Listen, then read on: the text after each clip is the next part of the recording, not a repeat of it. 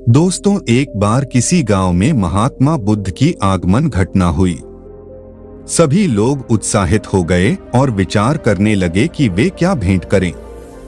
उस गांव में एक गरीब मोची भी रहता था।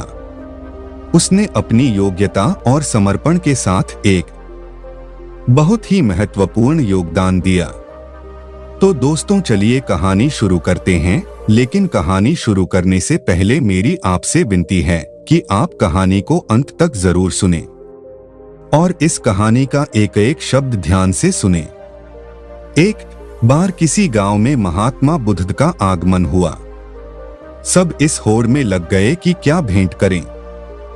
इधर गांव में एक गरीब मोची था। उसने देखा कि मेरे घर के बाहर के तालाब में बेमौसम का एक कमल खिला है। उसकी इच्छा हुई कि आज नगर में महात्मा आए हैं, सब लोग तो उधर ही गए हैं, आज हमारा काम चलेगा नहीं, आज यह फूल बेचकर ही गुजारा कर लें। वह तालाब के अंदर कीचड़ में घुस गया। कमल के फूल को लेकर आया, केले के पत्ते का दोना बनाया और उसके अंदर कमल का फूल रख दिया। पानी की कुछ बूंदें कमल पर पड़ी हुई हैं और वह बहुत सुंदर दिखाई दे रहा है। इतनी देर में एक सेठ पास आया और आते ही कहा, क्यों फूल बेचने की इच्छा है? आज हम आपको इसके 2 चांदी के रुपए दे सकते हैं। अब उसने सोचा कि 1-2 आने का फूल, इसके 2 रुपए दिए जा रहे हैं। वह आश्चर्य में पड़ गया। इतनी देर में नगर सेठ आया। उसने कहा, भाई फूल बहुत अच्छा है, यह फूल हमें दे दो, हम इसके 10 चांदी के सिक्के दे सकते हैं। मोची ने सोचा, इतना कीमती है यह फूल। नगर सेठ ने मोची को सोच में पड़े देखकर कहा कि अगर पैसे कम हो तो ज्यादा दिए जा सकते हैं। मोची ने सोचा, क्या बहुत कीमती है ये फूल? नगर सेठ ने कहा, मेरी इच्छा है कि मैं महात्मा के चरणों में यह फूल रखूं, इसलिए इसकी कीमत लगाने लगा हूं। इतनी देर में उस राज्य का मंत्री अपने वाहन पर बैठा हुआ पास आ गया और कहता है, क्या बात है, कैसी भीड़ लगी हुई है। अब लोग कुछ बताते इससे पहले ही उसका ध्यान उस फूल की तरफ गया। उसने पूछा, यह फूल बेचोगे? हम इसके 100 सिक्के दे सकते हैं, क्योंकि महात्मा आए हुए हैं। ये सिक्के तो कोई कीमत नहीं रखते। जब हम यह फूल लेकर जाएंगे तो सारे गांव में चर्चा तो होगी कि महात्मा ने केवल मंत्री का भेंट किया हुआ ही फूल स्वीकार किया। हमारी बहुत ज्यादा चर्चा होगी।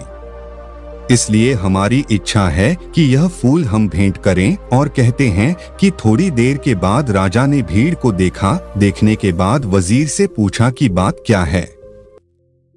वजीर ने बताया कि फूल का सौदा चल रहा है। राजा ने देखते ही कहा, इसको हमारी तरफ से 1000 चांदी के सिक्के भेंट करना, यह फूल हम लेना चाहते हैं।